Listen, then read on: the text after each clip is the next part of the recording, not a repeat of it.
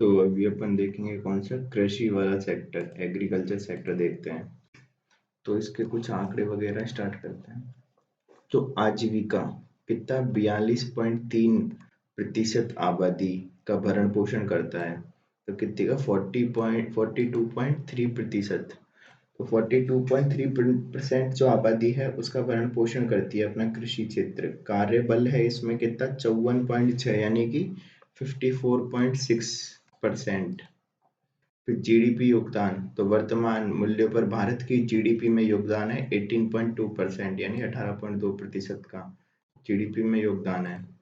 विकास दर पिछले 5 वर्षों में प्रति और वर्ष औसतन, तो इतना हर वर्ष बढ़ी है इसकी, ठीक है। तो कितनी रही है इसकी औसतन विकास दर 4.18 यानी 4.18%। फिर आगे चलते हैं अपन।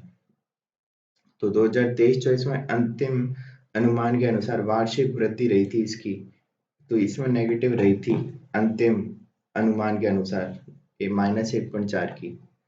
फिर कृषि जीवीए में फसल का योगदान, तो कृषि में भी अगर देखें जो ग्रॉस वैल्यू एडेड है उसमें भी देखें तो फसल का योगदान है कितना 55.28%, ठीक है। और खाद्यान्न भंडारण 40%, भारत का खाद्यान्न भंडारण 2/3 आबादी को मुफ्त वितरित किया जाता है। तो सीधी बात है जो 40% अपना जो खाद्यान्न भंडार है वो 2/3 आबादी को दे देते हैं, अपन फ्री में देते हैं वो भी। तो अपन को इतना याद रखना है, पहला तो आजीविका कितनी डिपेंड करती है 42.3, कार्यबल है 54.6, जीडीपी में योगदान है 18.2, और पिछले 5 वर्ष में औसतन रहा है 4.18। और इसको तो हटा दो, 23-24 इसका काम का नहीं है, इसको हटा देता हूँ। और कृषि जीवीए में फसल का योगदान है 55.28, खाद्यान्न भंडारण में 40% तो चला जाता है। फिर निर्यात से 7 से अधिक खाद्यान्न निर्यात किया जाता है, कितने 7% से अधिक खाद्यान्न को निर्यात किया जाता है। फिर भारत के कुल वस्तु निर्यात में कृषि निर्यात का हिस्सा 11.79 है। तो कुल निर्यात में जो हम एक्सपोर्ट करते हैं उसमें एग्री एक्सपोर्ट देखें तो 11.79% है, ठीक है।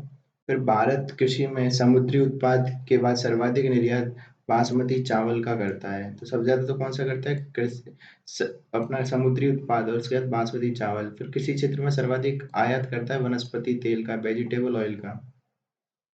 फिर अपन देखते हैं लगभग 89.4% किसान परिवारों के पास 2 हेक्टेयर से कम की खेती है। तो कितने से 89.4% किसान के पास। फिर देश चावल, गेहूं, कपास और गन्ना का दूसरा सबसे बड़ा उत्पादक है। तो किसका? चावल का, गेहूं का, कपास का और गन्ने का। फिर दूध, दाल, मसालों का सबसे बड़ा उत्पादक है। तो दूध का, दाल का और मसालों का। हालांकि देश में फसल की पैदावार अन्य प्रमुख उत्पादकों की तुलना में बहुत कम है, पर फिर भी हम सबसे बड़े उत्पादक हैं इनके, तो दूध, दाल और मसालों के। फिर श्री अन्न के क्षेत्र कवरेज एवं उत्पादन में भारत का स्थान प्रथम है। फिर 2022-23 में खाद्यान्न उत्पादन 329.7 मिलियन टन के सर्वकालिक उच्च स्तर पर पहुंच गया। तो खाद्यान्न उत्पादन अपना कितना रहा है पिछले साल? 329.7 मिलियन टन। और तिलहन उत्पाद इसमें रहा है कितना? 41.4 मिलियन टन। तो तिलहन का उत्पाद रहा है इतना। तो खाद्यान्न उत्पादन तो रहा 329.7 मिलियन टन, और तिलहन यानी जिनसे तेल निकलता है वो वाली फसलें, उनका रहा 41.4। फिर कृषि क्षेत्र में पूंजी निर्माण, वो रहा है कौन सा? जीसीएफ। और सकल मूल्य वर्धन, तो कृषि क्षेत्र में सकल पूंजी निर्माण यानी ग्रॉस कैपिटल फॉर्मेशन, और सकल मूल्य वर्धन यानी ग्रॉस वैल्यू एडेड के प्रतिशत के रूप में इसकी हिस्सेदारी सार्वजनिक निवेश में वृद्धि के कारण लगातार बढ़ रही है। 2022-23 में ग्रॉस जो अपना कैपिटल फॉर्मेशन है उसमें 19.4% की वृद्धि हुई, और जीवी की हिस्सेदारी में 2021-22 में 17.7 से बढ़कर कितनी हो गई? 19.9 हो गई है। तो अपना जीवी भी बढ़ा है और जो जीसीएफ है वो भी बढ़ा है, दोनों बढ़ गए हैं। तो एक तो हुआ है कितना? 19.19 जीसीएफ, और जो जीवीए है वो है 19.9, सॉरी जीसीएफ कितना है 19.4। फिर कृषि अनुसंधान पर 19.65 हजार करोड़ रुपए खर्च किए गए। यह राशि कृषि सकल मूल्य संवर्धन जीवीए का 0.43% है। तो अपन इतनी खर्च कर रहे हैं। और कृषि अनुसंधान परिषद देश में कृषि अनुसंधान का शीर्ष संगठन है। कौन सा? एग्रीकल्चर वाला, ठीक है। तो कृषि अनुसंधान परिषद ICAR, ठीक है। फिर आगे चलें, भू सांख्यिकी है, कुछ भू उपयोग की सांख्यिकी देखें तो इसमें बता रहे हैं अपने कुल भौगोलिक क्षेत्र है उसका 328.7 मिलियन हेक्टेयर है, और जिसमें 141 मिलियन हेक्टेयर निवल बुवाई क्षेत्र है। तो देश के कुल भौगोलिक का तो है 328.7 मिलियन हेक्टेयर, और उसमें भी 141 है जिसपे हम निवल बुवाई कर सकते हैं। फिर कुल कृषि भूमि देखें अपन तो वो है 54.8। फसल की सघनता यानी फसल डेंसिटी है 155.4%। तो मतलब जहाँ पे 100% उगानी चाहिए वहां पे हम 155.4% फसल उगाते हैं। फिर सकल फसल क्षेत्र तो ये कितना है 219.15 मिलियन हेक्टेयर। फिर सिंचाई कवरेज कितने क्षेत्र में है 49% से बढ़ के अब कितनी होगी 55% में हम सिंचाई पहुंचा रहे हैं। सिंचाई की तीव्रता देखें तो वो कितनी हो गई है अब 154%, 154.5%। सर्वाधिक सिंचाई कहाँ से होती है? नहरों से होती है सर्वाधिक सिंचाई। फिर न्यूनतम समर्थन मूल्य यानी एमएसपी तो घोषणा केंद्र सरकार करती है, सिफारिश करता है कृषि लागत में मूल्य आयोग अखिल भारतीय स्तर पर 22 फसलों को दी जाती हैं। 22 फसलों में 14 तो खरीफ की हैं, 6 रबी की हैं और 2 व्यापारिक फसलें जैसे जूट और कोपरा। 2018-19 के केंद्रीय बजट में एमएसपी को लागत का कम से कम 1.5 गुना बढ़ाया गया है। फिर कृषि वर्ष 18-19 से उत्पादन की अखिल भारतीय औसत लागत से कम 50% की वापसी के साथ एमएसपी वृद्धि की गई। कृषि ऋण तो किसानों को बिना किसी परेशानी के सस्ती दर पे ऋण की उपलब्धता सुनिश्चित करना भारत सरकार की सर्वोच्च प्राथमिकता रही है। फिर आगे देखें तो वर्ष 1998 में किसान क्रेडिट कार्ड योजना प्रारंभ की ताकि किसी भी समय ऋण पर कृषि उत्पादों व सेवाओं को खरीद सकें। तो कौन सी? किसान क्रेडिट कार्ड योजना। फिर भारत सरकार ने कृषि वर्ष 18-19 से किसानों के साथ मत्स्य पालन व पशुपालन किसानों के साथ किसान क्रेडिट कार्ड जारी किए। इसके अलावा बिना जमानत के ऋण की सीमा बढ़ाकर कितनी कर दी 1.6 लाख। उधारकर्ताओं, दूध संघों, बैंकों के बीच त्रिपक्षीय समझौते के मामले बिना जमानत के ऋण 3 लाख हो सकता है। गौरतलब है कि किसान क्रेडिट कार्ड बैंक द्वारा किसानों को उनकी जोत के आधार पर जारी किया जाता है। और किसान जो ऋण पोर्टल है वो 29 सितंबर 2023 को लॉन्च किया गया। क्या 29 सितंबर को? तो सरकारी उपायों ने कृषि संस्थागत ऋण की हिस्सेदारी को कितना कर दिया है 23.40 कर दिया है। जो सरकारी उपायों ने गैर संस्थागत कृषि ऋण है उसको, जैसे कि ये जो संस्थाएं नहीं है बैंक इनके अलावा जो देते हैं ना वो जैसे साहूकार वगैरह। तो सरकार हर वर्ष बाजार में कितना तो हर वर्ष सरकार बाजार में कृषि ऋण के लिए वार्षिक लक्ष्य निर्धारित करती है। और 22-23 के लिए कृषि ऋण प्रवाह का लक्ष्य कितना रखा है 18,50,000 करोड़ निर्धारित किया गया था। लक्ष्य के मुकाबले कितना 21,87,413 करोड़ रुपए बांटा गया। वर्ष 23-24 के लिए कृषि ऋण प्रवाह का लक्ष्य कितना रखा है 20 लाख करोड़ का। और कृषि ऋण से संबंधित योजनाएं जैसे कृषि किसान क्रेडिट कार्ड एवं संशोधित ब्याज अनुदान योजना तो ये हैं इससे रिलेटेड ब्याज। फिर है अगला सब्सिडी के लिए। फिर आगे देखते हैं। तो सब्सिडी ने किसानों की किसान प्रणाली पर बहुत अधिक प्रभाव डाला है। बेहतर बीज, सही उर्वरक और उपयोग और कृषि मशीन तक पहुंच को बढ़ावा दिया है। 2011-12 से 2020-21 तक कृषि सब्सिडी दुगनी हो गई है, जिसमें उर्वरक और बिजली में सर्वाधिक वृद्धि हुई है। सार्वजनिक निवेश सब्सिडी के समान दर से बढ़ा। लेकिन कुल सब्सिडी का लगभग 1/3 ही रहा। तो सार्वजनिक निवेश तो बढ़ा है, पर कुल सब्सिडी का 1/3 है। फिर भारत में उर्वरक सब्सिडी, तो भारत में उर्वरक की खपत असंतुलित है, यूरिया नाइट्रोजन पर हावी है, जो अधिकांश फसलों में इस्तेमाल किए जाते हैं। नाइट्रोजन उर्वरक को कितना है, 82% से अधिक मिला है ये। और एनपीके अनुपात 4:3:2 होता है, वो अब हो गया है 7:2.8:1।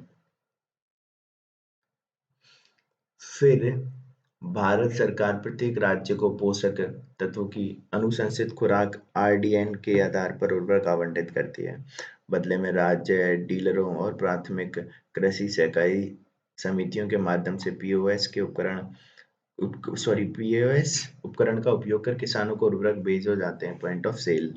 फिर किसानों को बेचे गए उर्वरकों की मात्रा के आधार पर उर्वरक कंपनियों को उर्वरक सब्सिडी का भुगतान उर्वरक विभाग द्वारा किया जाता है।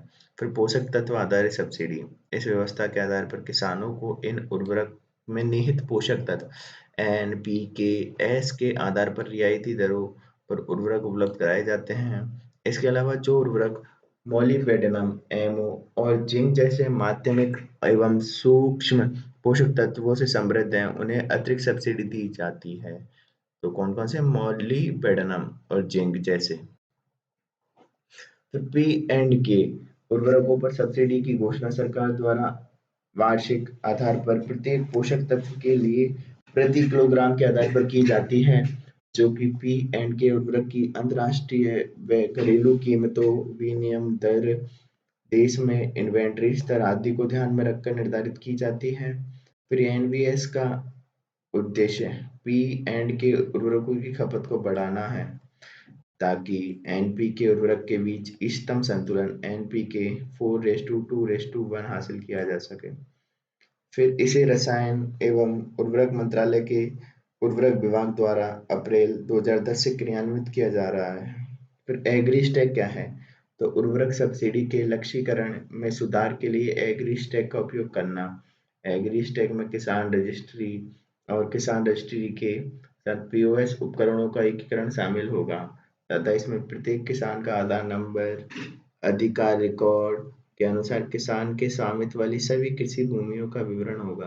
फिर ई रूपी क्या है, तो किसान को आवश्यक सब्सिडी सीधे प्रदान करने के लिए एक मुश्त भुगतान तंत्र का उपयोग किया जा सकता है। यह प्रणाली सुनिश्चित करती है कि सब्सिडी का उपयोग केवल अधिकृत उर्वरक दुकानों पर पंजीकृत पीओएस उपकरणों के माध्यम से किया जा सकता है। फिर सरकारी सहकारी समितियां, तो सहकारी समितियों में देखें तो बहुराज्य सहकारी समितियां एमएससी अधिनियम 2002 के तहत राष्ट्रीय स्तर पर निर्यात को बढ़ावा देने, एकल ब्रांड के नाम के तहत उन्नत बीजों की पहुंच सुविधा करने और प्रमाणित और प्रामाणिक जैविक उत्पादों के उत्पादन, वितरण और विपणन की दिशा में काम करने के लिए 3 ये बनाई हैं, ठीक है, सहकारी समितियां, जिसमें आती है राष्ट्रीय सहकारी निर्यात लिमिटेड एनसीईएल, फिर भारतीय बीज सहकारी समिति लिमिटेड बीबीएसएसएल और नेशनल कोऑपरेटिव ऑर्गेनिक लिमिटेड, तो ये क्या है, एनसीओएल। विश्व का सबसे बड़ा विकेंद्रीकृत भंडारण कार्यक्रम, तो सहकारिता विभाग मंत्रालय द्वारा चलाया जा रहा है। आवश्यकता पड़ी क्यों पड़ी, भारत के पास विश्व के कुल कृषि योग्य क्षेत्र 138 करोड़ हेक्टेयर का 11% कि जो कि हो गया 16 करोड़ हेक्टेयर, और कुल विश्व जनसंख्या 790 करोड़ का 18%, जो कि हो गया 140 करोड़ हिस्सा है। इसका मतलब है कि विश्व की 18% आबादी की भोजन की आवश्यकता को पूरा करने के लिए भारत के पास केवल 11% खेती योग्य भूमि है। और फिर है F A F O sorry FAO सांख्यिकी डेटा 2021 के आधार पर भारत में कुल खाद्यान्न उत्पादन 311 एमएमटी है। भारत का कुल भंडारण क्षमता 145 एमएमटी है। 166 एमएमटी ओडी भंडारण की कमी है। अन्य देशों में 131% अधिशेष भंडारण क्षमता है, जबकि भारत में 47% की कमी है। फिर केंद्रीय मंत्रिमंडल ने लगभग 1 लाख करोड़ रुपए के परिव्यय के साथ सहकारी क्षेत्र में विश्व की सबसे बड़ी अनाज भंडारण योजना की स्थापना की मंजूरी दे दी है। फिर आगे चले तो इस पहल का उद्देश्य फसल के नुकसान पर अंकुश लगाना, किसानों द्वारा मजबूरन बिक्री को रोकना और देश की खाद्य सुरक्षा को सुदृढ़ करना है। फिर सहकारिता मंत्रालय ने सहकारी समितियों की क्षमता का लाभ उठाने और उन्हें सहकार से समृद्धि समृद्धि के लिए सहयोग की दृष्टि के साथ संरेखित करते हुए सफल व्यावसायिक उद्यमों में बदलने के लिए अन्न भंडारण योजना विकसित की है। फिर यह योजना पीएसीएस स्तर पर गोदामों, कस्टम हायरिंग सेंटर और प्रसंस्करण इकाइयों सहित कृषि बुनियादी ढांचे की स्थापना पर केंद्रित है। भारत में 13 करोड़ से अधिक किसानों की सदस्यता वाली 1 लाख से अधिक पीएसीएस हैं, यानी प्राइमरी एग्रीकल्चर कोऑपरेटिव। ठीक है। फिर परियोजना का उद्देश्य क्या है? भारत में अनाज भंडारण का विकेंद्रीकरण और पीएएस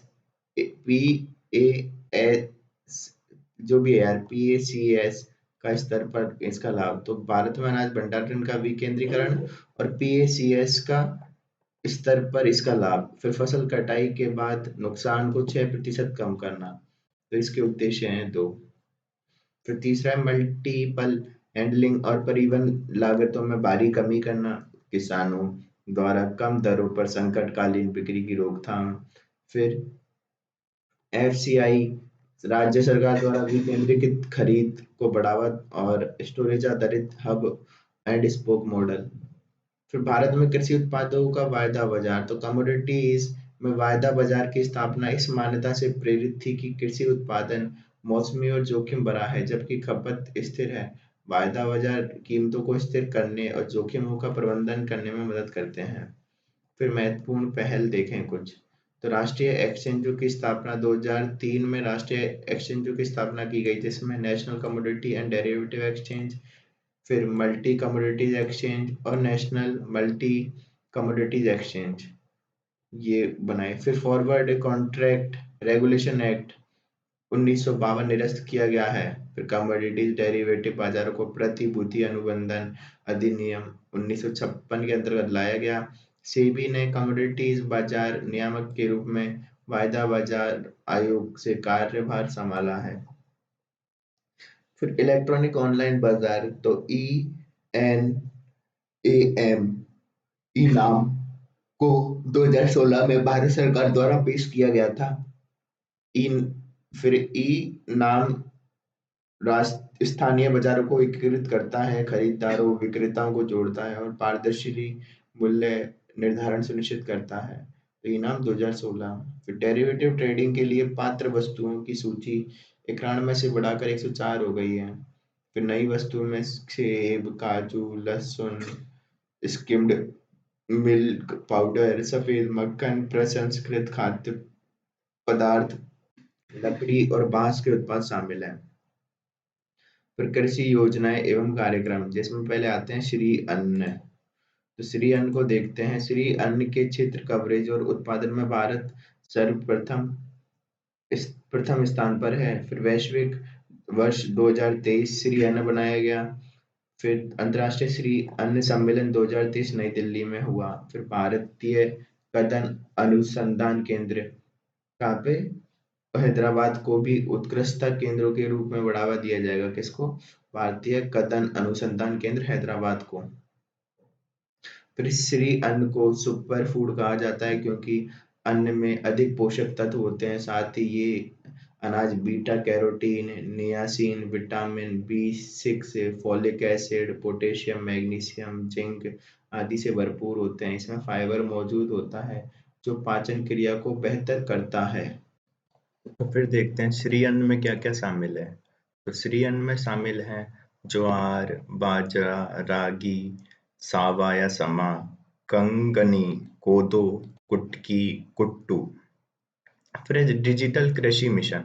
तो ये क्या है? डिजिटल सार्वजनिक बुनियादी ढांचे के स्वरूप पर आधारित डिजिटल कृषि मिशन किसानों का जीवन बेहतर बनाने के लिए प्रौद्योगिकी का उपयोग करेगा। इस मिशन का कुल परिव्यय है 2817 करोड़ रुपए। इसमें दो आधारभूत स्तंभ शामिल हैं। एक तो एग्री स्टैक जिसमें किसान की रजिस्ट्री, गांव भूमि के नक्शे की रजिस्ट्री और बोई गई फसल की रजिस्ट्री होगी। फिर कृषि दूसरा है जो कृषि निर्णय सहायता प्रणाली, जिसमें आएंगे भूस्थानिक डेटा, सूखा या बाढ़ निगरानी, मौसम उपग्रह डेटा, भूजल या जल उपलब्धता डेटा, फसल उपज और बीमा मॉडलिंग।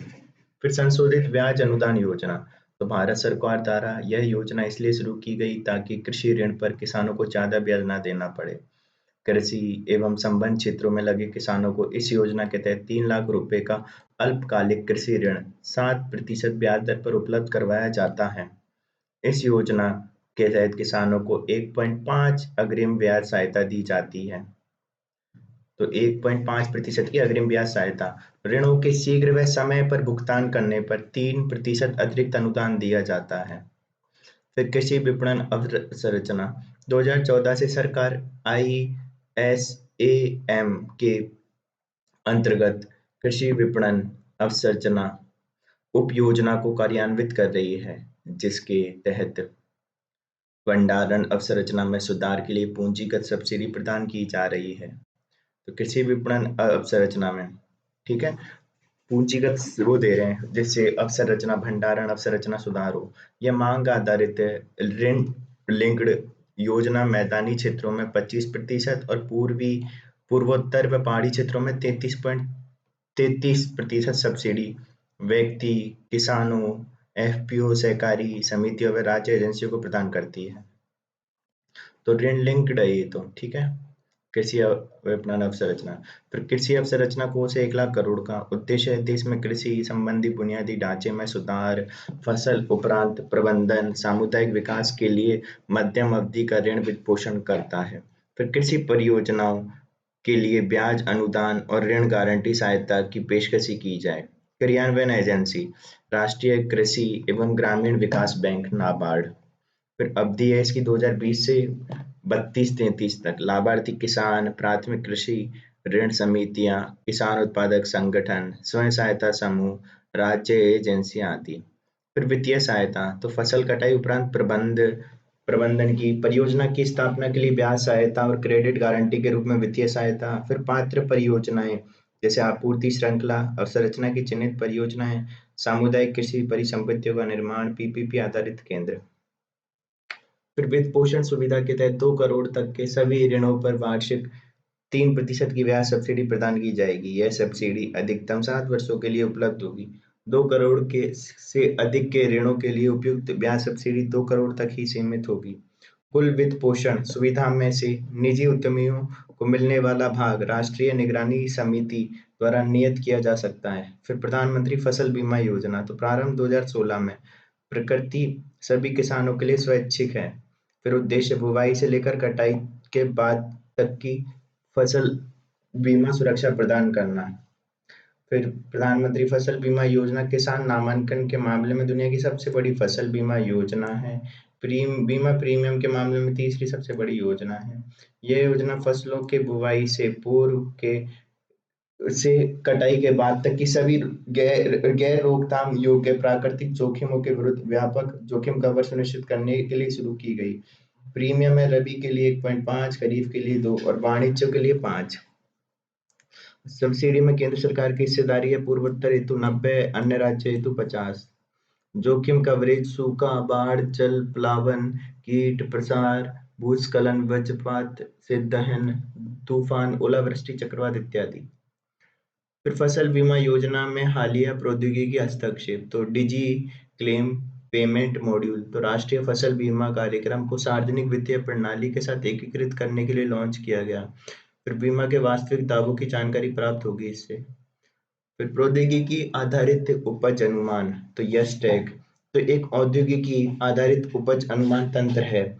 यह 2023 में 9 राज्यों में शुरू की गई, जिसमें राजस्थान भी शामिल है।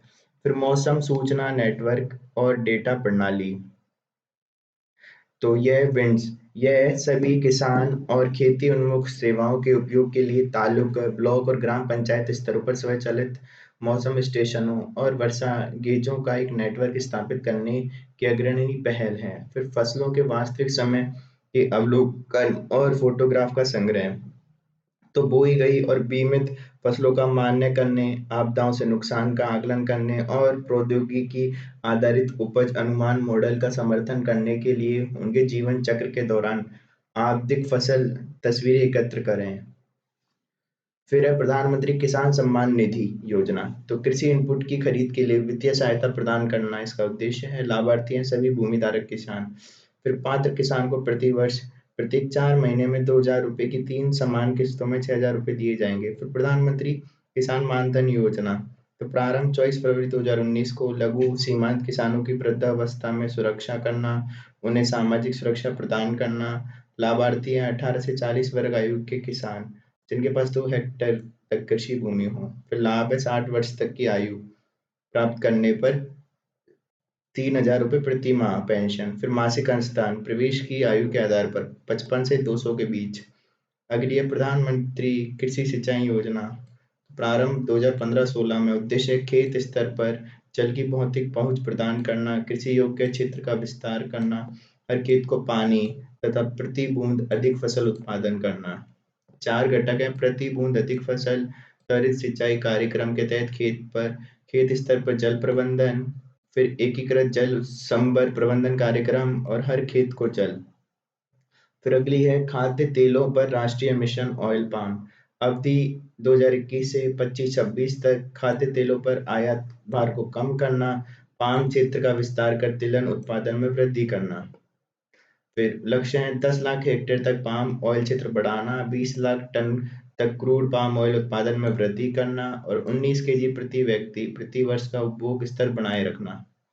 फिर घरेलू खाद्य तेल उत्पादन उपलब्धता देखें तो कितनी है अपनी 86.30 लाख टन है 2015-16 में, जो बढ़कर हो गई है 121.33 लाख टन। तो घरेलू खाद्य तेल उपलब्धता है 121.33 लाख टन, क्षेत्र कवरेज है अपना 30.08 मिलियन हेक्टेयर और आयात हिस्सेदारी है अपनी कितनी 57.3%। तो हम 57.3% तो हम इम्पोर्ट करते हैं। फिर हम जो कितने क्षेत्र में बोते हैं 30.08 में। और घरेलू खाद्य तेल उपलब्ध कितना है अपने पास 121.33 लाख टन। फिर राष्ट्रीय बागवानी विकास मिशन। उद्देश्य है बागवानी का समग्र विकास करना, कवरेज सभी राज्य तथा केंद्र शासित प्रदेश। फिर सहायता तकनीकी तथा वित्तीय सहायता, कौशल विकास इत्यादि। तो इसमें क्या है कवर की गई फसल, फल, सब्जियां, मशरूम, मसाले, फूल, सुगंधित पौधे, नारियल, काजू, कोको, बांस। फिर वित्त सहायता केंद्र सरकार 60 और राज्य देता है 40। फिर अगली आती है प्रधानमंत्री अन्नदाता आय संरक्षण अभियान। फिर अगली है प्रधानमंत्री अन्नदाता आय संरक्षण अभियान। तो उद्देश्य किसानों को लाभकारी मूल्य उपलब्ध कराना। प्रारंभ हुई थी सितंबर 2018 में। प्रमुख घटक है मूल्य समर्थन योजना। इस योजना के तहत केंद्रीय एजेंसी द्वारा दलहन, तिलहन और खोपरा की खरीद की जाती है। फिर अगली है मूल्य अंतर भुगतान योजना। इसमें उन सभी तिलहन फसलों को कवर किया गया है जिनके लिए न्यूनतम समर्थन मूल्य एमएसपी अधिसूचित किया गया है। इस प्रकार किसानों को एमएसपी और बिक्री मूल्य में अंतर का सीधा भुगतान किया जाता है। फिर है प्रायोगिक निजी खरीद व स्टॉकिस्ट योजना। तो खरीद में निजी क्षेत्र की प्रायोगिक आधार पर खरीदारी की जाती है। तिलहनों के मामले में राज्यों के लिए प्रायोगिक आधार पर पीपीपीएस आरंभ करने का विकल्प होगा। फिर किसान क्रेडिट कार्ड केसीसी। तो प्रारंभ 1998 में। उद्देश्य अलग अलग चरणों में किसानों की वित्तीय आवश्यकता को पूरा करना। फिर क्रियान्वयन एजेंसी वाणिज्यिक बैंक, क्षेत्रीय बैंक और लघु वित्त और सहकारी समितियां। फिर लाभार्थी सभी किसान, व्यक्तिगत, संयुक्त उधारकर्ता जिनके पास भू स्वामित्व है, काश्तकार और अलिखित पट्टेदार या फिर बटाईदार इत्यादि। फिर संबंध क्षेत्र है इनके पशुपालन व मत्स्य पालन में कवरेज। फिर विशेषताएं क्या है अल्पकालीन ऋण, दीर्घकालीन ऋण, ब्याज अनुदान, ऋण का प्रीमियम बैंक तथा उधारकर्ता दोनों द्वारा वहन। कितना 2:1। फिर जोखिम कवरेज रुपे कार्ड इत्यादि से। फिर आगे चले तो राष्ट्रीय सतत कृषि मिशन। तो उद्देश्य बदलती जलवायु के प्रति कृषि को अघात सहनीय बनाना। घटक है वर्षा सिंचित क्षेत्र विकास, खेत स्तर पर जल प्रबंधन, मृदा प्रबंधन इत्यादि। फिर उप मिशन है मृदा स्वास्थ्य कार्ड, जिसमें उर्वरक उपयोग में पोषक तत्वों की कमी को दूर करने हेतु प्रत्येक 3 वर्ष में मृदा स्वास्थ्य कार्ड प्रदान करना। अगला है परंपरागत कृषि विकास योजना, जिसमें जैविक कृषि को बढ़ावा देना, जिससे मृदा स्वास्थ्य में सुधार हो सके। फिर कृषि वानिकी पर उप मिशन, जो कृषि भूमि पर वृक्ष उगाने तथा परिधीय तथा सीमावर्ती वृक्षारोपण की सुविधा प्रदान करना। फिर है पुनर्गठित राष्ट्रीय बांस मिशन 2006 में शुरू तथा 2018 में 2018 से 19 में पुनर्गठित किया गया। फिर है राष्ट्रीय कृषि बाजार ई नाम, तो ये क्या है? Akhil Bharatiya e trading portal है। कृषि जिन्सों के लिए एकीकृत राष्ट्रीय बाजार के निर्माण हेतु मौजूदा एपीएमसी मंडियों का नेटवर्क है। फिर राष्ट्रीय कृषि बाजार एक Akhil Bharatiya electronic trading portal है, जिसे 14 अप्रैल 2016 को लॉन्च किया गया था। यह जो पूरी तरह से केंद्र सरकार द्वारा वित्त पोषित है और लघु कृषक कृषि व्यवसाय संघ द्वारा कार्यान्वित किया गया है। उद्देश्य मौजूदा एपीएमसी तथा अन्य मार्केट यार्डों को आपस में जोड़कर कृषि वस्तुओं के लिए एक एकीकृत बाजार बनाना है।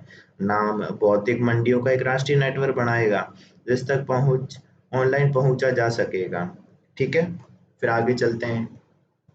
तो राजस्थान की 145 मंडियां एकीकृत की गई हैं।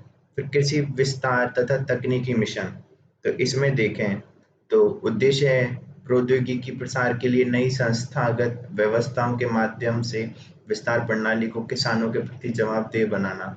इसे कृषि प्रौद्योगिकी प्रबंधन एजेंसी के तहत प्रारंभ किया गया है। मुख्य घटक हैं कृषि विस्तार पर उप मिशन, मशीनीकरण पे उप मिशन, बीज तथा रोपण सामग्री पे उप मिशन, पौध संरक्षण पर उप मिशन।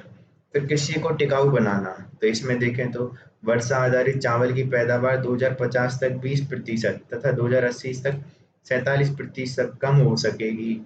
फिर सिंचित चावल की पैदावार 2050 तक 3.5 और 2080 तक 5% तक कम हो सकती है।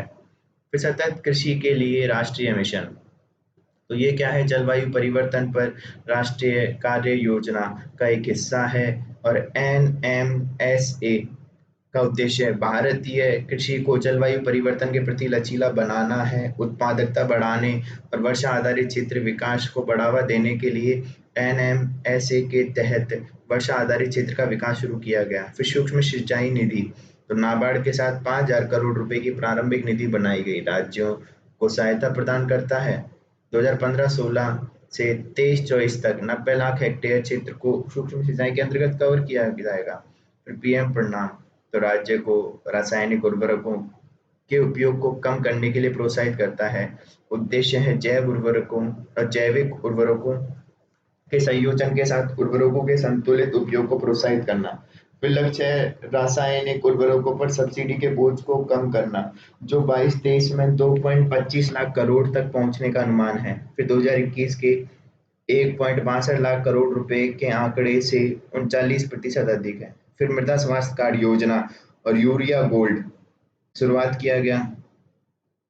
सिक्किम पूरी तरह जैविक बनने वाला विश्व का पहला राज्य बन गया है। त्रिपुरा, उत्तराखंड सहित अन्य राज्यों ने भी इस तरह के लक्ष्य निर्धारित किए हैं। फिर परंपरागत कृषि इकाई विकास योजना, तो इसे क्लस्टर मोड में न्यूनतम 20 हेक्टेयर आकार के साथ क्रियान्वित किया जा रहा है। 3 वर्षों के लिए प्रति हेक्टेयर 31,500 रुपए की वित्तीय सहायता दी जाती है, जिसमें 15,000 रुपए डीबीटी के माध्यम से सीधे प्रदान किए गए हैं।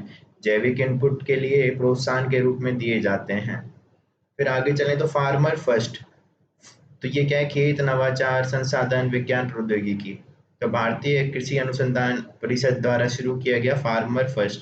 उद्देश्य किसान वैज्ञानिक इंटरफेस को बढ़ाना। फिर एग्री उड़ान, तो भारतीय कृषि अनुसंधान परिषद और राष्ट्रीय कृषि अनुसंधान एवं प्रबंध अकादमी द्वारा शुरू किया गया ICAR-NAARM।